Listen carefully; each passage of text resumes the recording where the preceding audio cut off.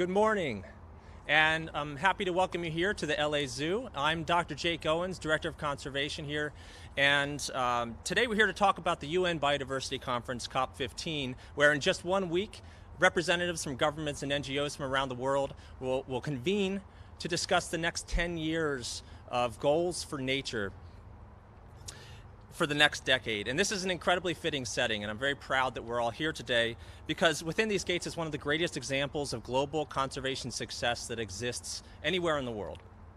40 years ago, the Los Angeles Zoo joined with U.S. Fish and Wildlife and other partners to decide that they weren't willing to allow California condors to go extinct without doing everything they could to fight it. And so we prioritized their existence. We made tough decisions to collect the last remaining individuals from the wild. We allocated millions of dollars in space inside the zoo for a breeding program, and we dedicated staff who've worked tirelessly to breed and prepare zoo-born hatchling chicks for the wild. And now every year, new condors are born at the LA Zoo, and others are released into the wild to join more than 300 individuals that are free-flying in their historic range. California condors exist today because of conservation action, the prioritization of resources, and informed decision-making.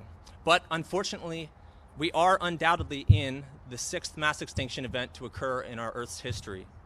And the effects of this decline in species are already impacting human livelihoods, especially those who are already at the most risk. That's all true. But it's also true that throughout the LA Zoo, across Los Angeles, and elsewhere around the world, there are living examples of the fact that conservation can succeed. We can save species and halt decline. If we work together and make the decisions necessary to recover species, to protect their habitat, and to confront the threats to their existence, there's hope. My hope also comes from the college and high school students that I have the distinct honor of working with here at the Los Angeles Zoo in our paid conservation internship program and our very new, started last month, Teen Council for Conservation. These young Angelenos have an incredible drive to do whatever they can today to help the planet while also building their capacity to do more than past generations were able to do. So there is hope, but it takes determination, action, leadership, and collaborative work. And Los Angeles and more broadly California have been at the forefront of these efforts for decades. Our engagement in the COP15 is further demonstration of our commitment to preserving biodiversity, starting in the Golden State and extending around the globe. And so to tell us more about this, it's my pleasure to welcome Rosalind Helfand, the co-founder of the California Biodiversity Working Group, who'll lead us through the rest of this morning's event.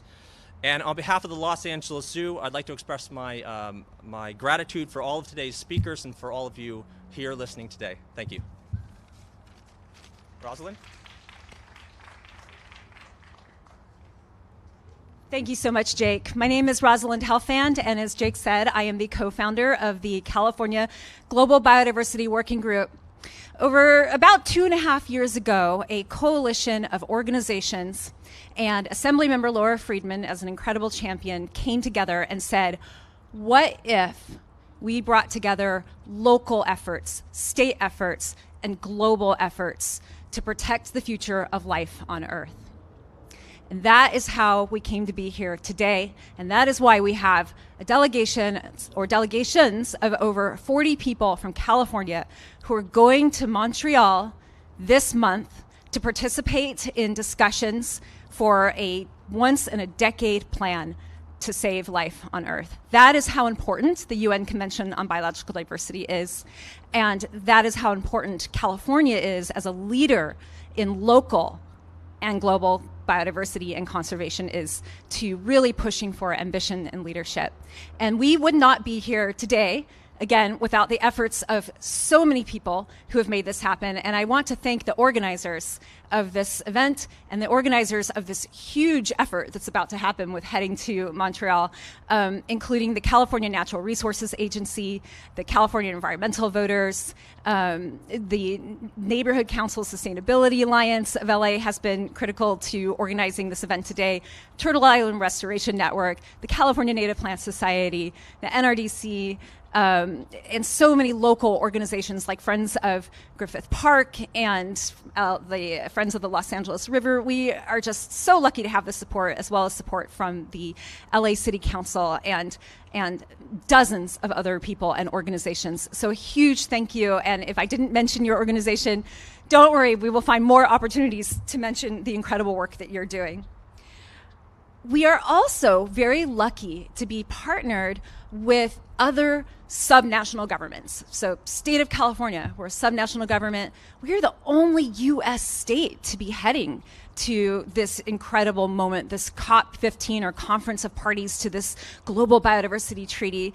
And we are a collection of a group of subnational governments like Scotland and other subnational governments from around the world that are going. And we have been partnering with the government of Quebec to make this happen right from the start, right from before California signed on as an official observer for this treaty in December 2020. And so with that, I would like to introduce to you the David Brulot, who is the Delegate General of Quebec for the Western United States. We are so thrilled that we are partnered with Quebec, that you are here to support us today, that we will be seeing you in Montreal as we come together and work for this ambitious plan to save nature worldwide. So David, welcome. Thank you. Thank you very much. It's such a great introduction. Thank you. I appreciate it very much. Bonjour à vous tous. Good morning, everyone. My name is David. As it was mentioned, I'm the Delegate General of Quebec here in the Western US, based here in Los Angeles, and it's a real pleasure to be here today with you all, with so many important partners I've had the pleasure of meeting over the last months and our office throughout the last years that are committed to raising awareness about the importance of biodiversity. Our government, the government of Quebec, is honored that COP15 will be held in Montreal starting next week from December 7th to the 19th, and that California will be very well represented indeed. The global loss of biodiversity is one of the most important issues that the world faces, which is why we look forward to working with other countries and some national governments, as you rightly mentioned, in Montreal in just a few days, to enact a new global biodiversity framework to protect nature. This agreement is critical since the protection of natural ecosystem is the cornerstone of human health, well-being, sustainable economic development, and of course the fight against climate change. The commitment of preservation of biological diversity is not new to Quebec. In 1992, Quebec declared itself bound to the UN Convention on Biological Diversity, and we're proud to be the host of its secretariat in Montreal since 1996. Over the last decade, Quebec has made significant progress in protected areas and remains committed to international biodiversity effort, including the global 30% protection target. We're also pleased that California decided to become an official observer within the convention last year, or in 2020 rather. And we're also extremely excited that California will have a very strong presence at COP15 next month with over 50 participants, and I'll be very happy to join you there as well. Like California, Quebec strongly believes in the positive and impactful role that federated states can play on the global stage. For many years now, Quebec and California have led on important environmental issues, demonstrating that collaborating between some national entities and governments can have meaningful impact. Next year, together, we'll celebrate our 10th anniversary of our joint carbon market. We're also leaders, both California and Quebec, in our respective countries when it comes to electric vehicle adaptation, and we're committed to accelerating the transition on heavy-duty electric vehicles. Those are just a few examples of our collaboration, which is rooted in shared values, mutual respect, as we were mentioning earlier, friendship. So we look forward, and I very much look forward to continuing and deepening our relationship. I look forward to seeing you all in Montreal and continuing our collaboration on biodiversity. Looking forward to COP15 together. Thank you very much. Merci beaucoup.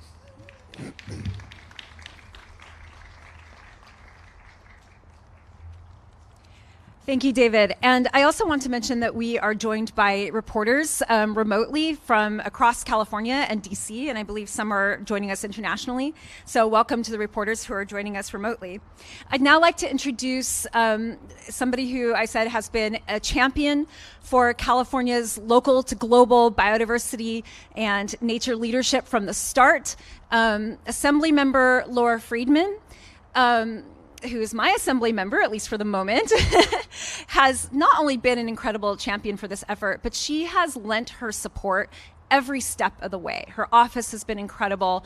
And one of the things that I really appreciate about Laura is you really understand the power of supporting community and bringing people together and making it possible for us to collaborate so that we can do these big things. So thank you, Laura. Thank you for your environmental leadership. And I'd like to welcome you up to speak. Thank you.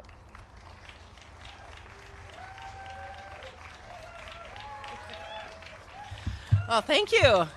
That's a very warm welcome, and it is an honor to be here. Let me first just sing Roz's praises for a moment, because Roz started calling my office about 2.5 years ago and tried to explain about the COP and why it was important that California participate, and pushed me to push the state of California to get involved.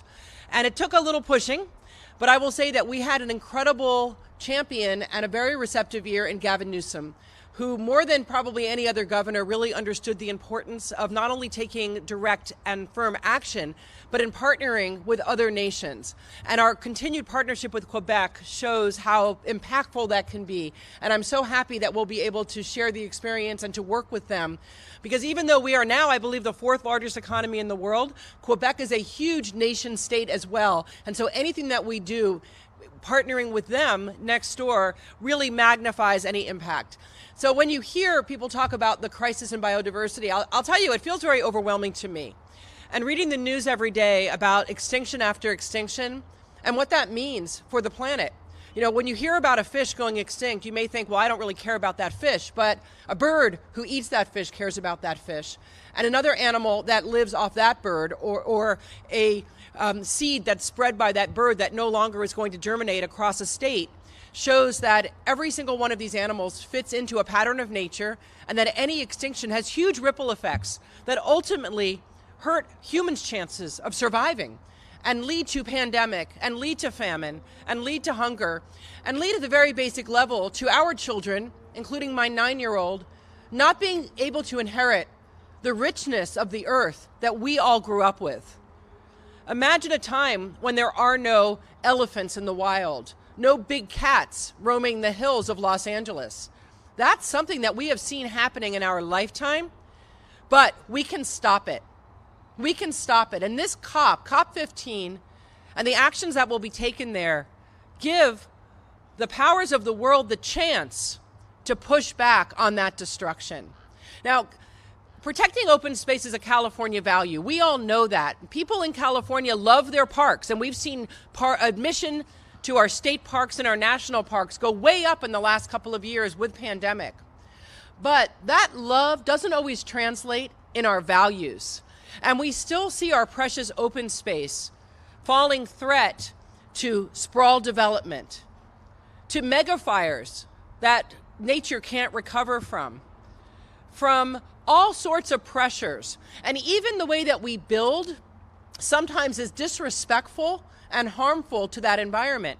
So I was able this year to successfully pass a bill, AB 2344, with the help of a lot of people who are here, that will require our state agencies to implement wildlife crossings when they do large transportation projects. Now that seems like a no-brainer, but it hasn't been in the past. And when you see the number of our big cats, of our cougars, right here in Los Angeles that were killed in the last 2 years on the 101 highway and the 405, you see the reason why it's important that our policies match our values. And in order to do that, we really need to examine the way that we do business in California, reconsider it, and change.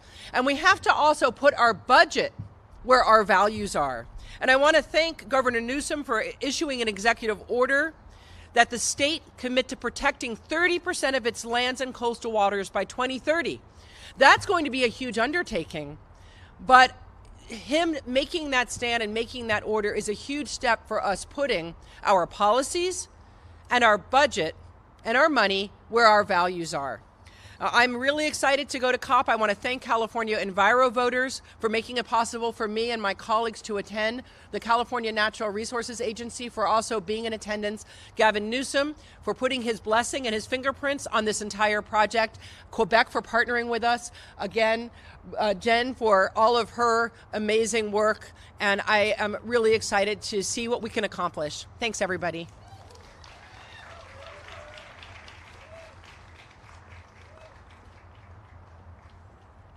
Thank you so much, Laura. So the California Natural Resources Agency, and under the leadership of Secretary Wade Crowfoot, has been such an incredible partner, and we are so excited to be going to Montreal with them. And I would like to welcome up Jennifer Norris, the Deputy Secretary of Biodiversity and Habitat for the state of California under the California Natural Resources Agency. Jennifer.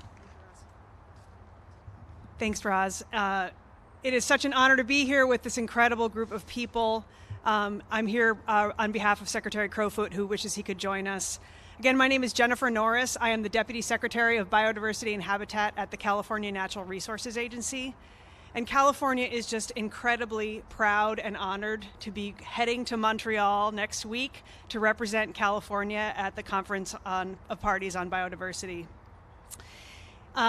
In addition to myself, we'll be joined by representatives from the Ocean Protection Council and the California Department of Fish and Wildlife. And we look forward to sharing on the global stage California's incredible leadership in biodiversity conservation. Among the many things we will highlight, we'll certainly talk about our commitment to conserve 30% of our lands and coastal waters by 2030, our world-renowned Marine Protected Area Network, our best-in-class wildlife crossings, and our deep commitment to equity and tribal partnership as essential to everything we do. Indeed, we recognize that protecting cultural heritage and biodiversity go hand in hand. And we look forward to taking our message of hope and possibility to the global stage to show that you can have economic prosperity and a thriving environment. You can be the 4th largest economy in the world and 24% of your land already protected. But we are also humble. We know that we have much to learn from our international partners. We are really excited to learn lessons and strategies and new ways that we can partner together. Because at the end of the day, global partnership is what's most needed in these urgent times. The biodiversity and climate crisis are real.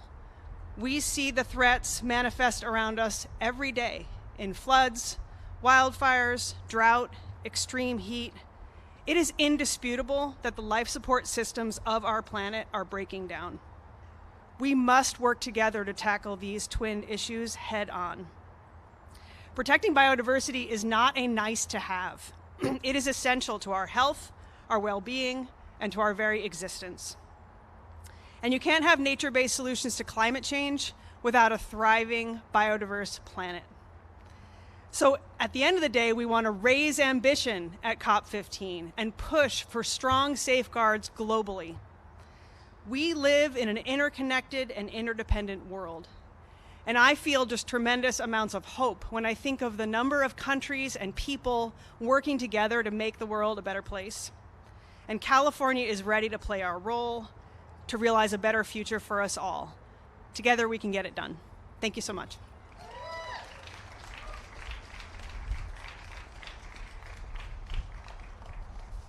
Thank you so much, Jen. It's really inspiring, and I'm so glad that you brought up that message of how important these interconnected crises are of climate and biodiversity. We can't solve one without solving the other. I'd now like to introduce an incredibly passionate champion for the environment. Since 2008, Fitz, aka Michael Fitzpatrick, has galvanized and energized fans around the world as the frontman and namesake of Fitz and the Tantrums, amassing billions of streams and attracting praise from People, Billboard, and many more. The group has headlined venues such as the Forum in Los Angeles. He's lent his voice to collaborations with everyone from Weezer to LL Cool J, and more recently, the singer, songwriter, and multi-instrumentalist electrified his very first solo music to life. at 50 years young. We're so happy this musical force is joining us today to advocate for California's leadership at COP15. Fitz, come on up. Thank you.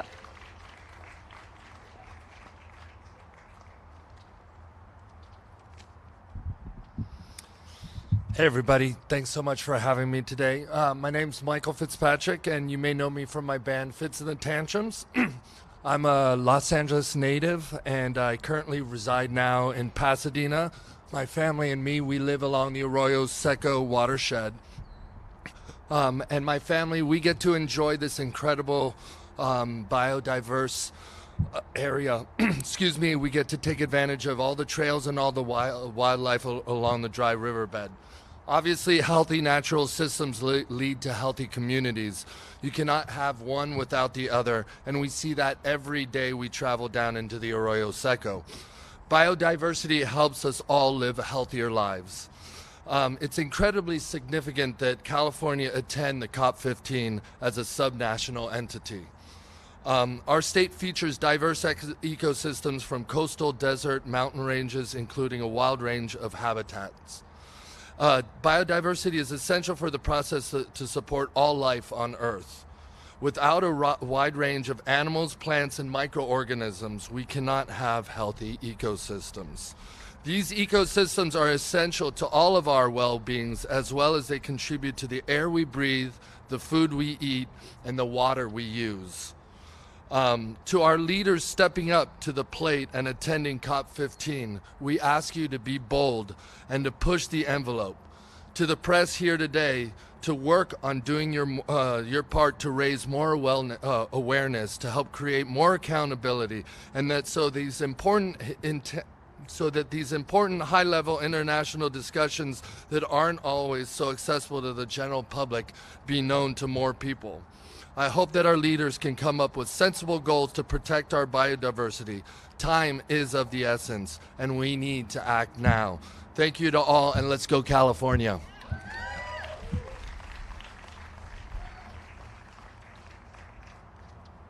Thank you, Fitz. And I think that point is so important about how these kinds of discussions need to be accessible and open to a lot more people. We need to raise awareness worldwide. I'd now like to introduce the Metropolitan Water District Chairwoman, Gloria Gray. She is the first African American to lead the board and the second woman to do so in the district's 50-year history. As you all know, we are in a water crisis in California. This is intimately linked to the health of our biodiversity, and we are so pleased that you are joining us today. Gloria.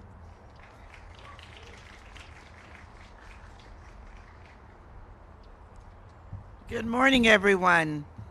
Thank you for being here. I'm honored to be here among such an impressive group of environmental leaders to raise awareness about this important work to protect our native fish and wildlife. Thank you to Assemblywoman Laura Friedman. She is indeed a very passionate leader, not only in the State Assembly on important issues or issues that are important to her, but she was a passionate leader on the Metropolitan Water District Board. And also thank you to the California for Global Biodiversity Working Group for the invitation to speak this morning. The Metropolitan Water District is the largest wholesaler of water, it's the largest wholesale water provider in the nation. We have a tremendous responsibility to ensure 19 million people across Southern California have a reliable water supply. That responsibility also requires a commitment to environmental sustainability. We cannot provide reliable water without ensuring the health of our watershed and our ecosystems. All of this work has been dramatically challenged by climate change. The changing climate is threatening water sources, habitats, and wildlife. And we work together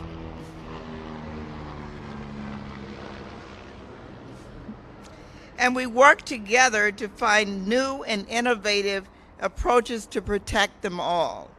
The connection between our climate change, water, and biodiversity is so critical. It's not just the availability of water we must concern ourselves with. when it comes to our wildlife, but also the quality of the water. We're way overdue on addressing the plastics problem.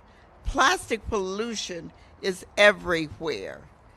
California state water regulators has approved what we believe is the world's first requirement for testing microplastics in drinking water. The Metropolitan Water District of Southern California will be testing and reporting on water that's for human consumption. That's world-class leadership coming from California. But you can't filter and treat the oceans. Plastics are not just showing up in our bodies. Microplastics are showing up in the bodies of animals all over the world, including in Antarctica. It's hurting both our land animals and our marine life. We have so much to do on matters of pollution. About a third of Southern California's water supply flows through Northern California's Sacramento-San Joaquin Delta, home to the largest estuary on the West Coast. Metropolitan is using the best available science to help enhance the delicate delta ecosystem by supporting research to protect endangered species and restore habitat. And we're collaborating with state and federal agencies on research to use hatchery delta smelt to supplement wild populations.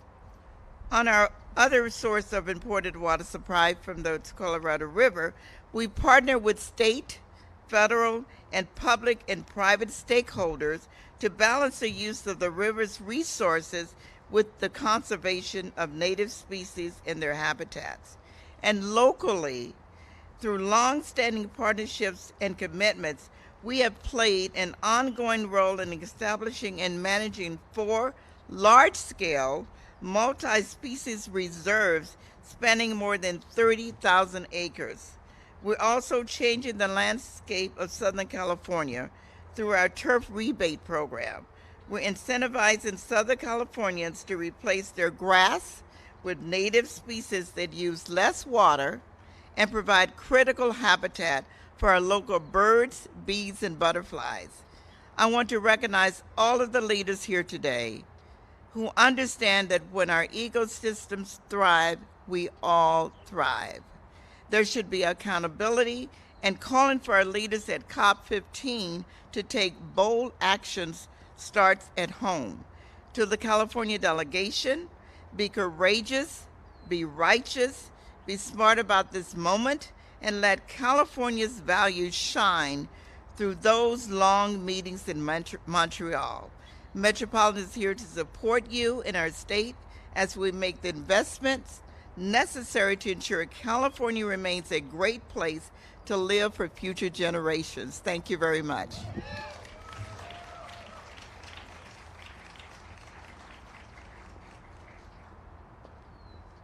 Thank you. And I'd now like to welcome up an integral member of our leadership team. Scott Webb is the Advocacy and Policy Director of Turtle Island Restoration Network, an incredible advocate for our oceans and for our ocean species. Scott Webb.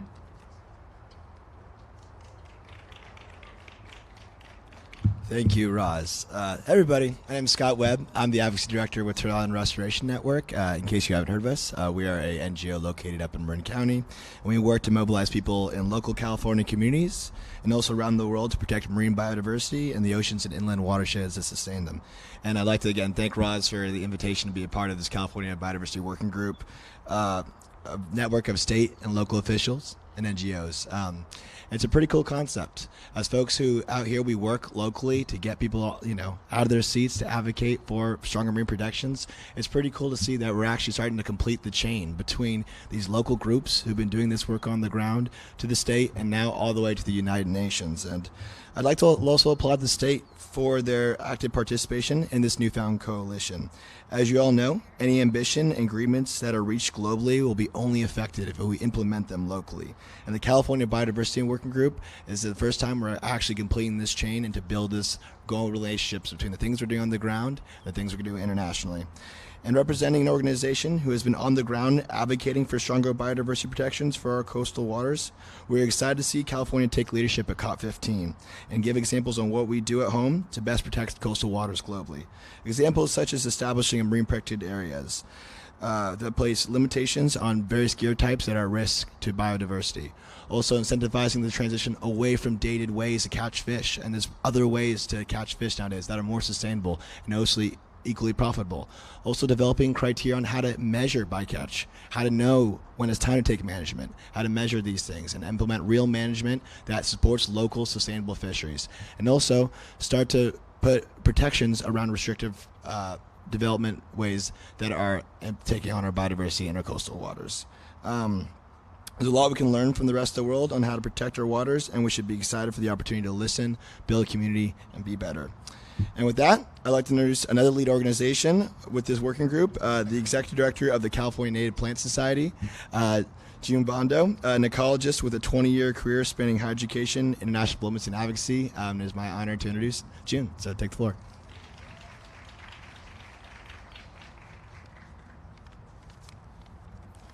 Thank you, Scott. Thank you, Scott, and thank you, everyone, for being here. California is a remarkable place. We are home to the world's oldest and largest trees, super blooms that can be seen from space, and oak woodlands that support thousands of other species. We have so much to celebrate, but also much to lose. Today, as we prepare to join the international community in Montreal, we are facing a California that hangs in the balance. A century of wildfire suppression has left our forest ecosystems dangerously out of balance. Sea level rise threatens sensitive coastal habitats, and only 1% of our original grasslands remain intact. Many people feel they must make impossible decisions between housing, clean energy development, and irreplaceable habitats.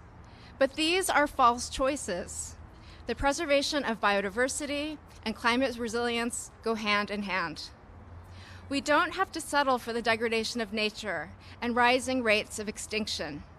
In fact, we know how to significantly reduce, if not eliminate, extinction in California using strong science and ecosystem protection. In California, we have the experience, knowledge, and technology to identify the right places to develop and the places that are most important to protect, like California's important plant areas. Already, California's Pathways to 30 by 30 is charting a way forward with a clear path for how we can protect our globally significant biodiversity.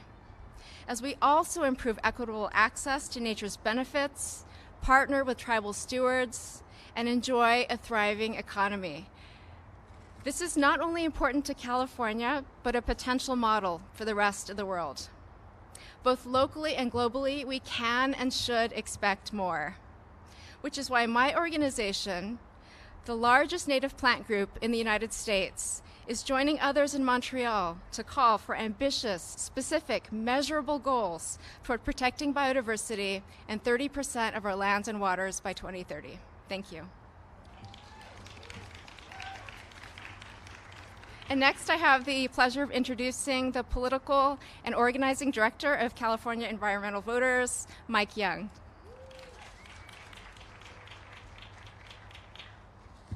Thank you, June. And thank you, everyone, for being here. You know, one thing that the California Environmental Voters has been talking about for a long time is that when it comes to the climate crisis, we have the solutions. We just need the political will. And one of the cool things about today is that we are talking about something where the two worlds could really get to collide. So what we've been hearing about so far and what we'll continue to be doing when we move out to Montreal is really advocating for the need for the protection and expansion of biodiversity. Because biodiversity is one of those critical solutions to ensuring that we actually can tackle and rightfully solve the climate crisis at scale that we need. But the second big critical thing is that we're going to be bringing critical leaders, and leaders like Assemblymember Laura Friedman and the California Natural Resources Agency, who are going to be there to talk with the rest of the world to say, this is how it can be done. This is what we have been doing. This is what success looks like in California. Because here in California, the fourth largest economy in the world, We know that the success of our state has come because of our ability to protect our land, air, and water, as well as the species that live off of them, because the two go together. We've spent a little bit too long as a species, as humans, to think that we are separated from nature as opposed to being part of it.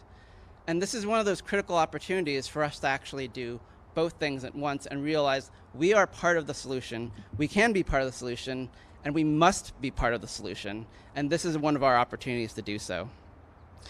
As we head into Montreal, we are going to be thinking through all of our processes and considering that we do all this work with Indigenous knowledge, with a commitment to democracy, and with an open ear to hear what we can learn from other countries that are working with this problem so we can solve this in an equitable way, but also for other countries to hear what we've been doing, even just here in Los Angeles or here in the state of California, to solve these problems.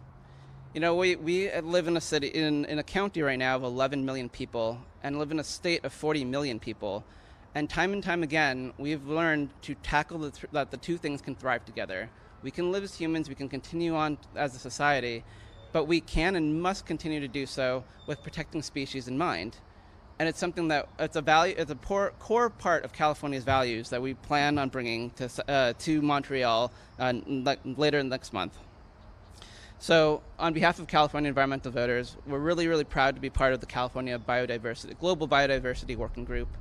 We're really excited for everyone to be a part of this critical campaign, and we look forward to seeing global solutions coming out of there and having this critical delegation of people, of state legislators, of ambassadors, of delegates who represent California and who represent basically just common people like you and me, who are out there to solve this critical problem, solve it together, and make the world a better place. So thanks so much, and I'd like to bring back Rosalind Helfand. Thank you so much, Mike. And we are so grateful for the leadership of California environmental voters, who is supporting an enormous delegation to COP15. And that will be very important for California's efforts to really bring attention to the importance of this and raise ambition for global biodiversity. We wouldn't be doing this without the support of our local communities in California. It has been amazing, again, as I said at the beginning, how many local organizations and cities have really stepped up to say, you know what, this matters. We got to connect the local and the global. It's a two-way road, so to speak. And I would love, along those lines, to welcome up the Vice Mayor of the town of Fairfax, California, in Northern California, Chance Cutrano, who's also with the Resources Renewal Institute, and they have been a part of this effort from the beginning as well. Chance, please welcome up.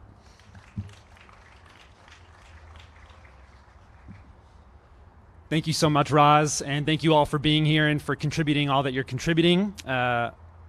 Just as the success of the Convention on Biodiversity relies on the efforts of member nations and subnational governments, so too does the success of those entities rely on our local communities, our cities, our towns, our counties. Towns like Fairfax, the ancestral homelands of the Coast Miwok, whose environmental land use policies determine how well we care for our redwoods, how well we conserve our northern spotted owls, and how well we restore our salmon alongside our vibrant community. Counties like Marin, an international biodiversity hotspot in the Golden Gate Biosphere Reserve, where government agencies and community-based organizations are collaborating to protect and connect habitat for hundreds of species, from the Golden Gate Bridge to Point Reyes National Seashore, out to the waters of the Great Farallones National Marine Sanctuary. This is how we sustain and regenerate the ecological fabric for generations to come. This is how we save nature. We do it together.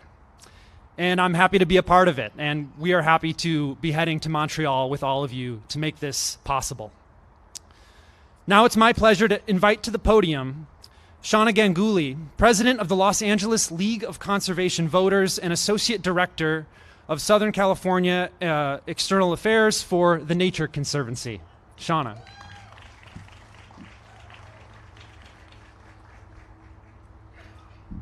Hi, I'm Shona with the Nature Conservancy. And you'll see all the Angelinos we're sporting our outdoor wear. We don't get to wear it that much. So you'll see all the coats, and the East Coasters will make fun of us, but we've got to do it.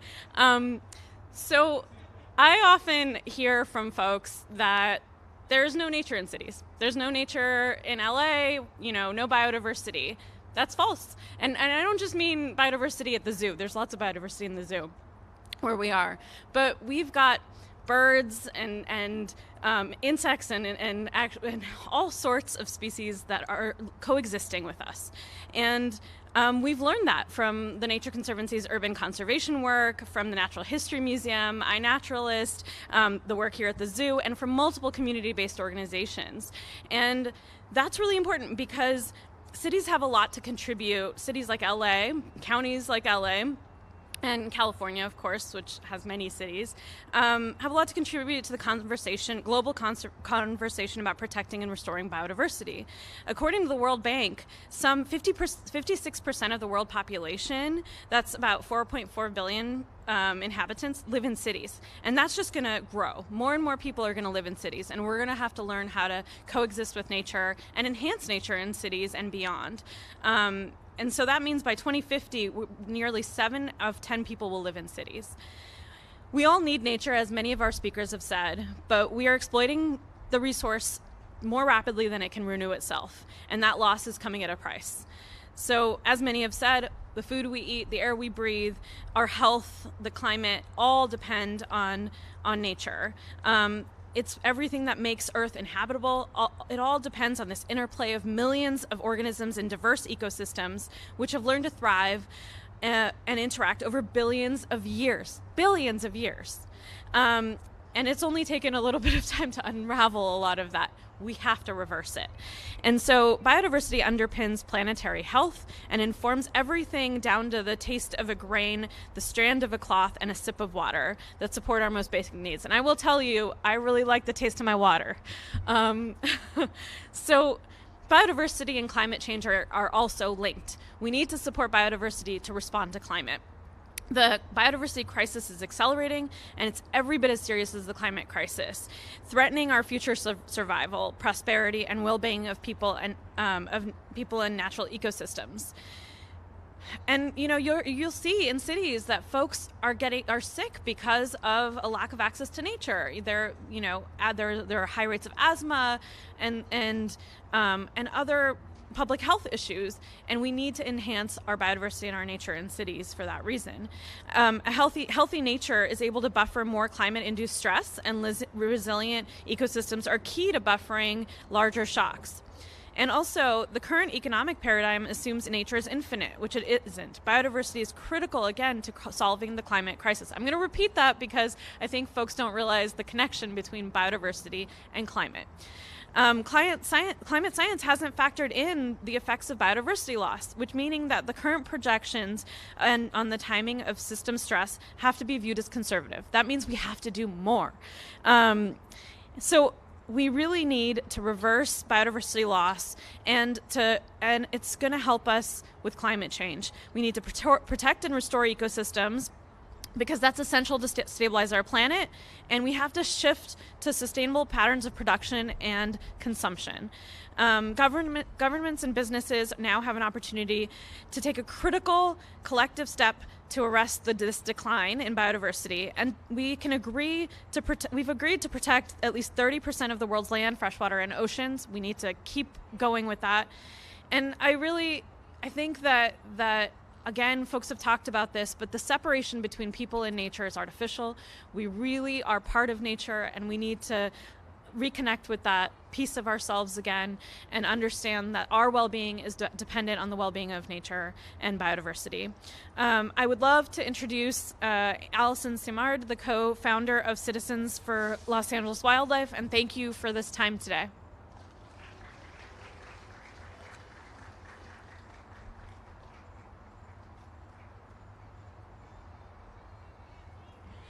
Shauna, thank you so much. We coordinated our coats today to show all of our flowers and our love for biodiversity.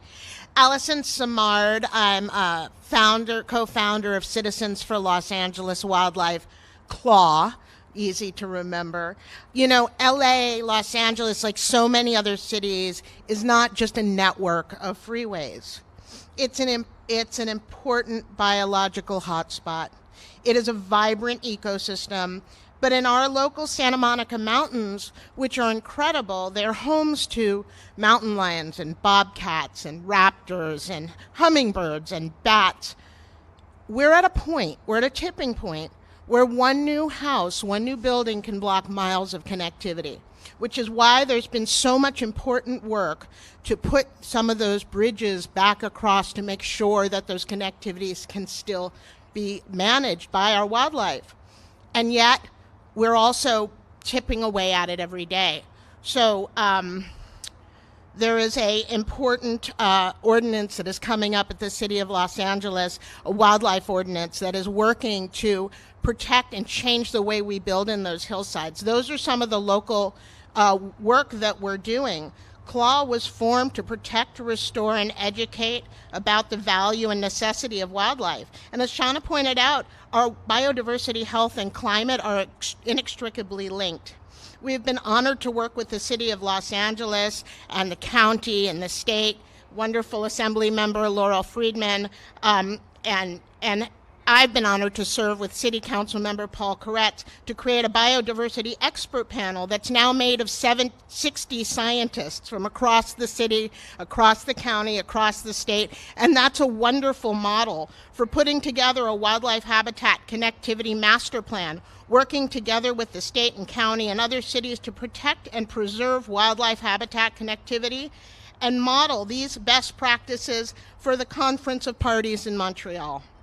We want to inspire countries to work together across international boundaries on, for instance, the protection of migrating birds and insects like the monarch butterfly.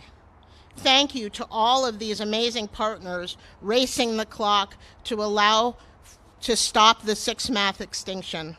For our future, for the future of our children and our children's children. And I hope that all of you who are here will come out on December 8th for the hearing of the wildlife ordinance and speak out to protect our remaining habitat and our wildlife. Thank you.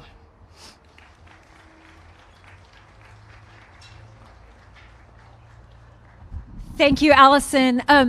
The gates will be opening behind us, but we have our final speaker and then our Q&A with the press coming up.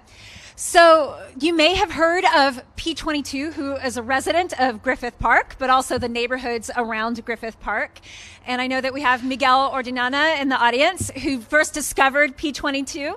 So thank you, Miguel, for joining us from today and to the LA Natural History Museum. Beth Pratt, the California director of the National Wildlife Federation, is one of the most extraordinary champions for wildlife crossings, and specifically you may have heard of the Highway 101 wildlife crossing, which is finally being built. We are so excited about this. An advocate for genetic diversity and one of our great leaders, Beth Pratt, welcome. Thank you. And Rosalind is a force of nature. We did bring a friend with us, and Michael's going to tend to him while I speak, P22, who lives here. And thank you all for being here. I'll be brief because I know I'm the last speaker, but what a place to hold this and to launch our journey to Montreal. As Gloria Gray said, we're going to learn, but we're also going to be courageous and bold and to inspire others, because look at LA. We are living with P22, we are living with mountain lions, coyotes, and not only are we living with them, we are taking courageous action to make sure they remain on the landscape. I cannot thank the California team with the Natural Resources Agency, with all of our leaders, from Gavin Newsom to Secretary Wade Crowfoot, to on the private side coming together like Wallace Annenberg to build the largest crossing in the world and one of the busiest freeways in the country in urban Los Angeles. If LA can do it, Anybody can. So we are going there to inspire. I will say one thing about the connection between biodiversity and our own survival. Colin O'Mara, the president and CEO of my own organization, the National Wildlife Federation, says when we save wildlife, we save ourselves. We are part of biodiversity. We are connected. When I was a little girl, I used to run around my backyard with monarch butterflies. How many of you have seen a monarch butterfly recently? These animals are going extinct on our watch, and our health is connected to them as well. We may be next. That is not hyperbole or exaggeration. We are still in the midst of a pandemic. We don't know what the next one's going to be. And those are related to biodiversity decline, lack of habitat, lack of connectivity. So we have to be bold. Again, if LA can do it, anybody can. And I am so proud to be a Californian under the leadership of people like Governor Gavin Newsom that does take decisive action for biodiversity. So we are going to spread that gospel. Thank you.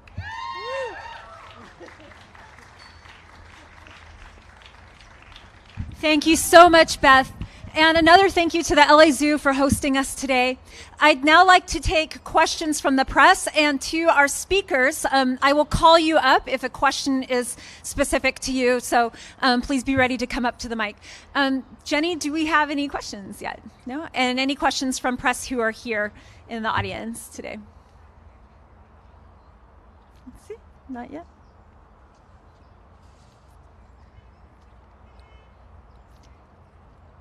All right. I think Jenny is seeing if there are questions coming in through our Zoom chat, so we'll give it just a moment. And any questions from the audience as well?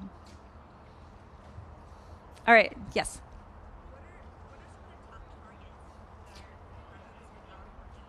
What are some of the top targets that are the focus for California?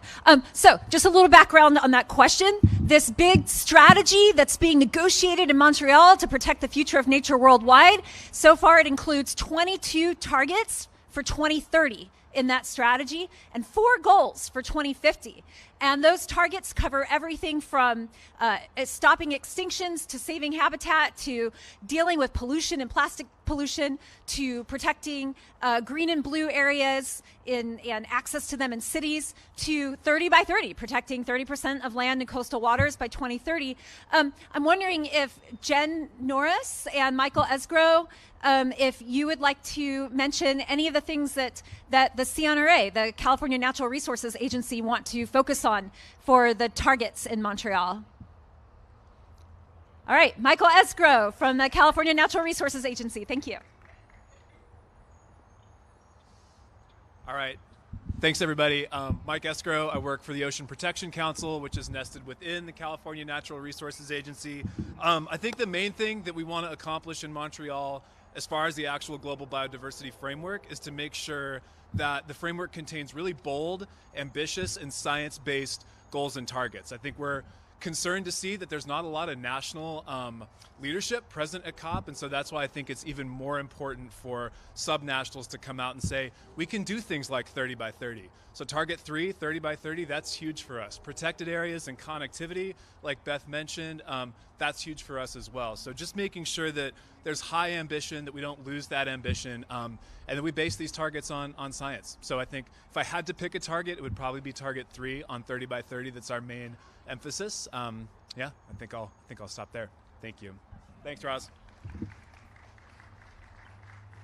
Thank you. And do any of the other organizations who will be going to Montreal want to speak on targets that are important to you in the global biodiversity framework that's being negotiated? I know that for the California Global Biodiversity Working Group, as Michael mentioned, connectivity. So that's what Beth was talking about. That's what Claw is talking about. We need to be creating wildlife corridors. We need to be creating migratory routes. Turtle Island Restoration Network has championed a Cocos Galapagos swimway, which is a connectivity route across the ocean for ocean-going migratory species. So this is one of the huge areas for us. This is why California is a part of this, is because we are connected. We need to connect these issues. connectivity is seen again and again throughout this framework, this strategy that's being negotiated. Are there any other questions?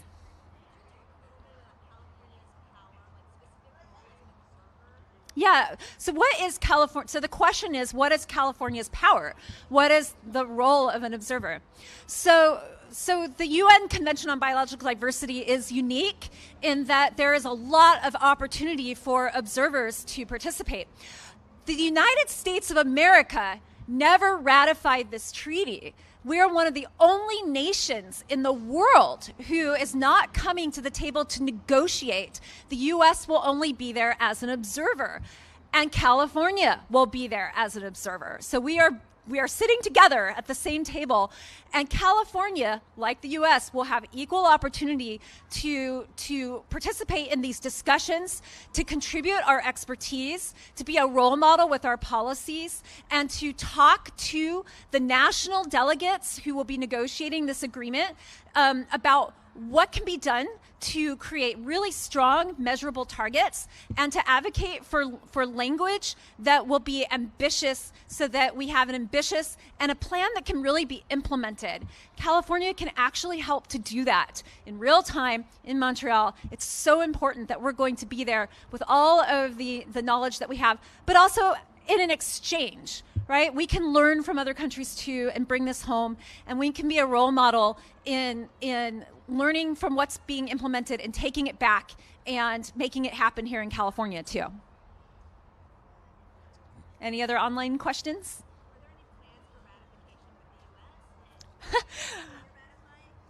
Okay, so the question is, are there any plans for the U.S. to ratify the treaty, which is what would be necessary for the U.S. to actually be a party and not only an observer? And can California ratify the treaty? Only a country can ratify the treaty. So only countries can be parties, not subnational governments. And in terms of the U.S., so I think the 1990s was the last time that there was an attempt to get the U.S. to ratify the treaty. Some of the pushback to that has come from biotech. So that's big agriculture, potentially pharmaceuticals. And the reason for that pushback, as far as we know, my understanding, is that there's a part of the treaty that's devoted to equal benefit sharing and access to genetic resources. So what that means is, say that there's a plant in the rainforests of Africa that is the next cure to cancer. But because this country is still developing and they don't have the resources to turn that plant into the medicine, maybe only a pharmaceutical company in, say, Switzerland has the capability to turn it into that drug. Who gets the most benefit from turning that plant into the cure for cancer? Is it the country where the plant came from, or is it the pharmaceutical in Switzerland? So this is what is meant by equal access and benefit sharing for genetic resources. So there's been pushback in the U.S. Directly kind of lobbying the Senate to say, no, we shouldn't ratify this because we don't want to be subject to some of these discussions about equal benefit sharing from genetic resources. I think if we could overcome some of those fears, that potentially we could make another big push for the United States to become a party to the treaty. But it's going to take state leadership. It's going to take states saying, hey, we need to do this. We need to be part of this treaty because we're connected to global biodiversity. And that's why California is a role model, not just worldwide, but for other states in the U.S. California's leadership is so important to other states to say, look, we can do this. We can participate in these local to global actions. We can break ground here, and we can get, hopefully, other states to start to get on board. And then hopefully that could potentially lead to the U.S. becoming party to the treaty. Any other online questions or questions from the audience here? I love these very technical questions. Happy to answer technical questions. All right, are we good or anything else? Or? Okay, how many delegates from the California delegation? So I'm calling it the extended delegation because the California delegation in totality is multiple organizations: the California Natural Resources Agency, California Environmental Voters, the California Native Plant Society. So many organizations are going, the NRDC, but all together, I would say we're nearing 50 people from California will be represented. So close to 50 people will be in Montreal. What's that, Jenny? It's a pretty big delegation for a subnational government. Maybe your largest, most wealthy countries might have 50 people, but for a subnational government, that's huge. Maybe the World Wildlife Fund, as a gigantic nonprofit, might have a very large delegation like that, but this is a pretty big deal. And also, what's really unusual is that this is a coalition delegation, right? I don't think you see that anywhere, really, is such a diverse group of organizations who have come together to be a joined delegation. Doesn't mean that we agree on every single point, but it does mean that we recognize that by joining forces, we have a better chance of raising ambition and making a difference. And any other questions?